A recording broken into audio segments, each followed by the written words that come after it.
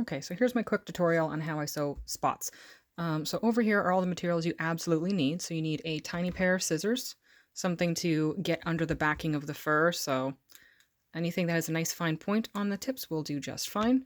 You need some sort of marking device for drawing on your fur, be it Sharpie, metallic marker, pencil, gel roll, um, anything as long as it marks up on your fur nicely. A slicker brush of any kind. It's just a pin brush. Some people aren't sure what slicker brushes are, so there you go. Obviously, needle and thread. Over on this side is optional stuff, and I have here a pattern notcher, and it does exactly what you would think it does. Notches patterns.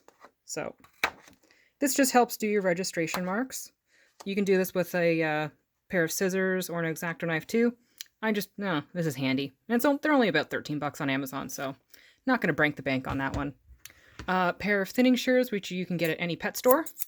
I think these ones were hand-me-downs from my mother when she used to groom Newfoundlands all the time, so they work just fine on fake fur, even though they've been used on Newfies for quite some time. And then optional is a seam ripper. I think all fursuit makers, gotta say, we use these more than we like to admit, but they do come in handy. Again, you can use a tiny pair of scissors if you want, but no. It's nice to have a decent, comfortable seam ripper because we all make mistakes, and that's okay. Okay, so first things first, right, pattern. So you can see here I have all of my patterns. I'm just going to shake the little markings off. So I've got all of my spots that I want to sew in drawn out here.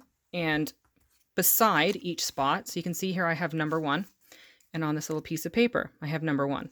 So that way I can keep track of what's what. Now this one's kind of a funny shape, so it would be really obvious, but a lot of these are circles, and once you draw those out, a circle kind of looks like a circle, which looks like the other circle. So number them, or letter them, however you want to do it. Keep track of your tiny pieces. Do not throw these away until your whole pattern is done. Once you are done and sewn, everything is sewn together and you're happy with it, then you can go ahead and get rid of these or save them for another pattern if you want. But you would be surprised how many times you lose a pattern piece and you're like, oh crap, I need that one little tiny piece again. So keep them all in a little safe spot and don't discard them until you're 100% done.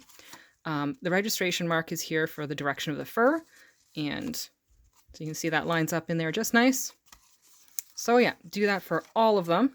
So you can see here, this is actually the opposite side. So if I flip this over, it lines up with all of my dots underneath. Just nice. All right, so these tiny little marks are registration marks, and they kind of help me line up when I get these tiny little pieces out and start sewing them in, just to make sure that they're not wonky one way or the other. So when it comes time to sew all of you, or draw all of these tiny little pattern pieces, obviously do them all together. Again, everything is numbered. I have the direction of the fur, so I know which way everything is going. Do not cut them out individually just yet. And it's so much easier if you shave the entire thing as one unit than obviously can you imagine trying to shave that with a big pair of clippers? You would chew that up so quick. So yeah, trace them all out and shave this as a uniform piece. It helps you get it nice and even too. And do not cut any of your tiny markings out until you are ready to sew them in. We are doing these one at a time. Otherwise, you lose them, which happens a lot. And depending on how big these spots are, they can actually warp the structural integrity of your pattern. So while you're trying to sew it, things will stretch and move a certain way if there's a lot of holes in it. So always best to do it one at a time. All of these, this is just some teddy bear fur that was shaved down on my Andes. This is the 4FC Ultra Edge 9.5 millimeter. So this gives me a little bit longer pile than seal fur, but that's okay by me. We can always trim it down after, so you don't have to worry about it. I've had these clippers forever. I love them. Love, love, love. Again, any pet shop will have these. Usually Boxing Day and Black Friday are great days to find deals on equipment like this at any pet store or grooming salon. Sometimes they sell them there too for dogs. So yeah, so what we're going to do is we're going to sew in one of our spots.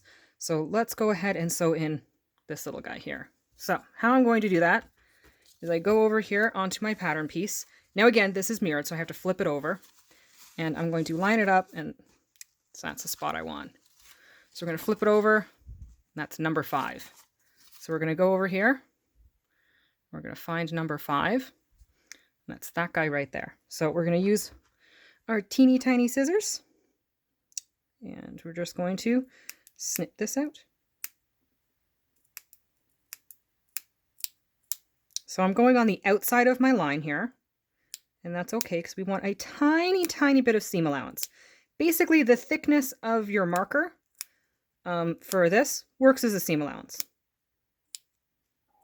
So I'm making tiny snips, being careful to just cut the backing and not the nap of the fur, because we want all of that nice long fur in there to help blend it in. We don't want any cut marks.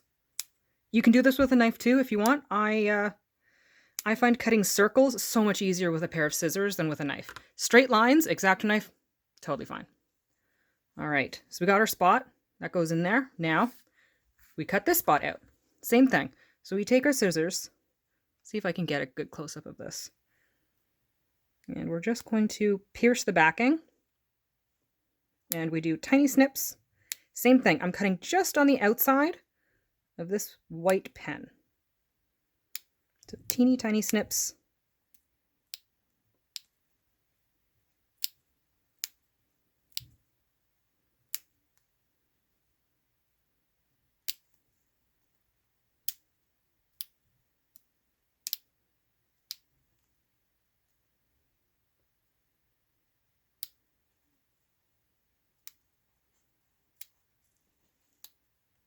There we go. So, ooh, satisfying. It's like a little brush cut. So now I got a hole. All right, so what we're gonna do now is put this in here. Now, obviously, if you do that, look at that. It makes such a mess. It doesn't want to go through nice. You're gonna fight with it both in and out. So I found the easiest way to do this is make sure your nap's going the right direction. We're gonna take this, and from the outside, I'm going to open up the pattern piece here so I can see this hole nice. And I'm just going to gently rest. Oh, get out of there, pattern notch. Gently rest this in and kind of hold it in place with my thumb. So you can see my nap is going the correct direction. And it's just kind of resting in that hole. And when we flip it over, you can see most of the pattern pieces in here and very little of the fuzz. So what I'm going to do is just kind of gently massage it and move it and tuck. And we want just it to line up a little bit better. There we go. Oh, would you look at that? That's nice. So let's see if I can get nice and close here. So you can see where I need to get those registration marks. There we go. It's just about bang on. Now, another thing you can do is if you look, see how there's kind of cording in the back of this, in the back of my fur? That's usually the direction the nap is going. So it can be either this way or this way, but it goes with these tiny little kind of knitting marks or cornrows in here. So you can see on my tiny little pattern piece how those markings kind of line up. You want them to line up with these rows here. So that's another thing I go by to make sure that the nap is all going the correct way. All right, so now we are going to stitch this in. So I'm going to grab my thread, and how I do this is going to be kind of hard. I'm trying to look through the camera and kind of look behind it here because I got to see what I'm doing up close here. So line up a registration mark, and that's usually where I start sewing. So you can see here, I don't have it pushed up and puckered like this.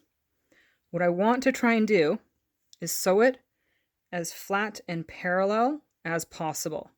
So I'm trying to keep this nice and even here. So we're going to go under and just catch a little bit of that backing and then push it through and catch a little bit of that backing. I'm going to bring it out and around to the end. All right, and then we're just going to do the exact same thing all the way around. So we're going to catch a little bit of that backing.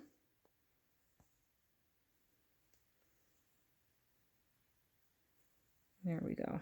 So I'll do a couple stitches and then I'm just going to fast forward here because you don't need to watch me do this entire little dot.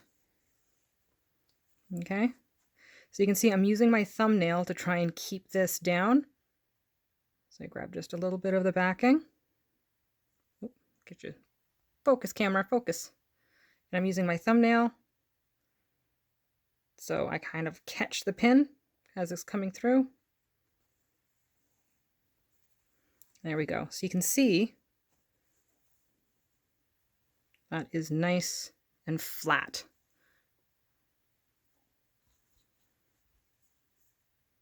So I'll do another couple stitches here for you guys. You can go nice and slow, make this even. And as I get up to my next registration mark, I'm trying to make sure that it lines up nice.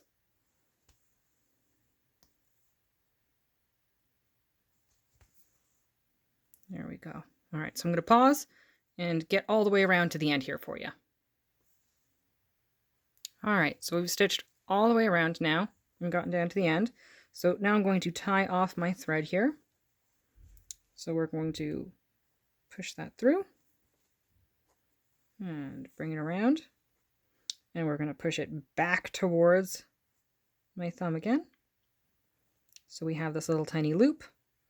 We're going to put our thread under once, use our finger to hold it so it doesn't slip, 2 times, 3 times, 1 more for good measure, and then we're going to pull our needle straight up, let this knot slide all the way down to the backing, use our fingernail to bury that knot right down there, and cut our thread.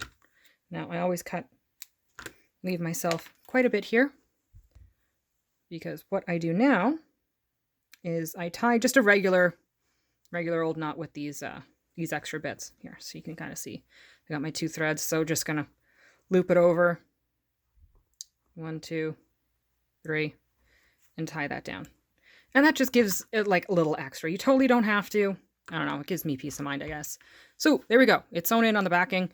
You can see that it's nice and level and we don't have a ton sticking up here around our seam. Now we're going to flip it over and we're going to look at our handiwork. We're going to give it a little brush. There we go.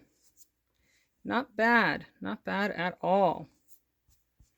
All right. Now the problem here is it's a little bit long. So if we look at it from the side, you can see that, oh, it's sticking up quite a bit here. And if we do this, oh yeah, you can really see that. And then if we back brush it, ooh, so we have like an extra centimeter sticking up from our nice, lovely black seal furs here. So how do we fix that? Well, you could take trimmers. If you have clippers that are the exact length and pile of the seal fur, then you absolutely could take your clippers and just get that off and you'd be fine. When it comes to dealing with tiny spots, I don't want to risk cutting the back of my, or the nap of my seal fur. So I go ahead and do this by hand. So you take your slicker brush and you brush this backwards so it's sticking up like a mohawk. And here is where it is optional. We can use our thinning shears and you can take them to this. So what you want to do is literally just blend it in with the pile of the black seal fur. So you can do this with your thinning shears, or you can do this with your regular tiny little scissors. So I'll try and keep this in focus. It's hard because I'm getting really close. So just do a couple snips here. Brush it away. Back brush it. Forward brush it. Take a look. Is it how you want it to look? Not quite. So we're going to trim away a little bit more. So again, make it fun. You can see how it's less. It's less. We're almost there. So we're just going to trim away a little bit more here. Kind of go around the entire spot. You don't want to go too short around the edges. You want to keep it nice and even. And tiny snips. You can't put back fur that you've trimmed away. So nice little tiny snips. Okay. Almost there. Kind of even it out just a little bit more. There we go. I think we might have gotten this. Focus. Yep, there we go. So that blends in nice. You can see here the backing of the fur, our spot, blends in nice and evenly. It's not sticking up compared to the seal fur. So there you have it. So that is how I sew the spots on to all of my bodysuits, hand paws, everything like that. So you can see I have quite a few to go, but hey, it is worth it. And I don't know, there's something enjoyable about doing little intricate details like this. The end result is always worth it. Absolutely always, in my eyes, is worth it. All right, I'll show you guys what these paws look like when they're all done.